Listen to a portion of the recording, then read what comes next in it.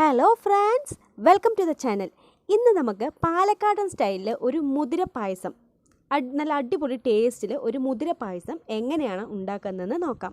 അതിന് വേണ്ട ഇൻഗ്രീഡിയൻസ് എന്തൊക്കെയാണെന്ന് നോക്കാം.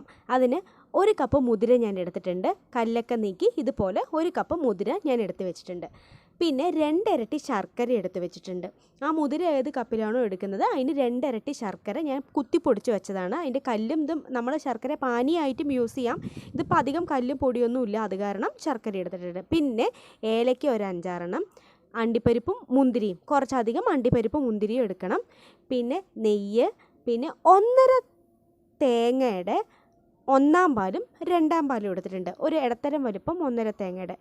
പിന്നെ നമ്മൾ ആ മുതിര നല്ല പോലെ കുക്കറിൽ ഒരു 6-7 വിസിലിട്ട് വേവിച്ചെടുത്തിട്ട് വേവിച്ച് വെച്ചിട്ടുണ്ട്. പിന്നെ ഒരു പാനിൽ നെയ്യ് ഒഴിക്കുക, 1 ടീസ്പൂൺ നെയ്യ് ഒഴിച്ചിട്ട് നമ്മൾ വേവിച്ച് വെച്ച മുതിര അതിനകത്തോട്ട് ഇടുക. ഇട്ടിട്ട് ഒരു മത്ത് വെച്ചിട്ട് നല്ല പോലെ അതിനെ കുത്തി ഇളക്കി നല്ല പോലെ അതിനെ ഇതുപോലെ ഇങ്ങനെ ഉടച്ചെടുക്കുക. എന്നിട്ട് ആ നമ്മൾ എടുത്ത് വെച്ചിരിക്കുന്ന കുത്തി പൊടിച്ച് വെച്ചിരിക്കുന്ന ശർക്കര അല്ലെങ്കിൽ ശർക്കര പാനി ഇതിനകത്തോട്ട് ചേർത്തിട്ട് നല്ല പോലെ ഇളക്കണം. നല്ല പോലെ ഇളക്കുക. ശർക്കര നമ്മൾ പാനിയായിട്ടും ചേർക്കാം. ഇതിലിപ്പോൾ ഞാനിപ്പോൾ ഫ്രഷ് ആയിട്ടുള്ള ശർക്കര ഇവിടെ നിന്ന് അടുത്തൊന്നും മേടിച്ചതാണ്. അത് കാരണം എനിക്കങ്ങനെ പൊടിയൊന്നും ഉണ്ടായിരുന്നില്ല, അതുകൊണ്ട് ഞാൻ കുത്തിപ്പൊടിച്ച് ഇട്ടതെന്ന് മാത്രം. ഇങ്ങനെ കുത്തിപ്പൊടിച്ച് ശർക്കര നന്നായിട്ട് ആ മുതിരിയായിട്ട് ഇവിടെ മെൽറ്റായിട്ട് വരണം. മെൽറ്റായിട്ട് വന്നതിന് ശേഷം നമ്മൾ 2-ാം പാല് ഒഴിക്കുക. നല്ല പോലെ ശർക്കര മെൽറ്റായിട്ട്, ഇതിൽ മധുരം കുറച്ച് കൂടുതലുണ്ടാവണം, അപ്പോഴേ ടേസ്റ്റ് ഉണ്ടാവുള്ളൂ മുതിരി ആയതുകൊണ്ട്. പിന്നെ 2-ാം പാല് നല്ല പോലെ ഇളക്കി യോജിപ്പിക്കുക. ആ ശർക്കര മുതിര കൂട്ടിലോട്ട് നല്ല പോലെ 2-ാം പാല് ഇളക്കി യോജിപ്പിക്കുക.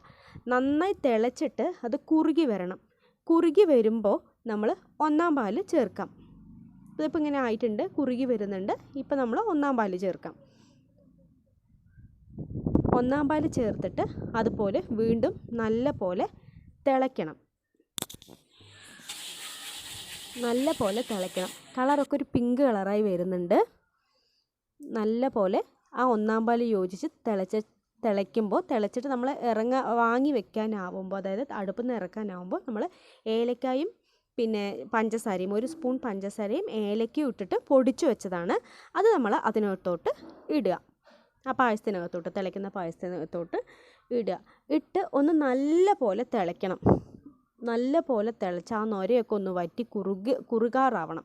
ആ ഒരു സ്റ്റേജ് ആകുമ്പോൾ നമുക്ക് അടുപ്പിൽ നിന്ന് വാങ്ങാവുന്നതാണ്. നെയ്യിൽ അണ്ടിപ്പരിപ്പും മുന്തിരിയും വറുത്ത് കോരിയിട്ട് നമ്മൾ ആ പായസത്തിലോട്ട് ഇടുക. നല്ല ടേസ്റ്റി ആയിട്ടുള്ള വ്യത്യസ്തമായിട്ടുള്ള ഒരു മുതിര പായസം റെഡി ആയിട്ടുണ്ട്. നല്ല ഹെൽത്തി ആൻഡ് ടേസ്റ്റി മുതിര പായസം റെഡി ആയിട്ടുണ്ട്.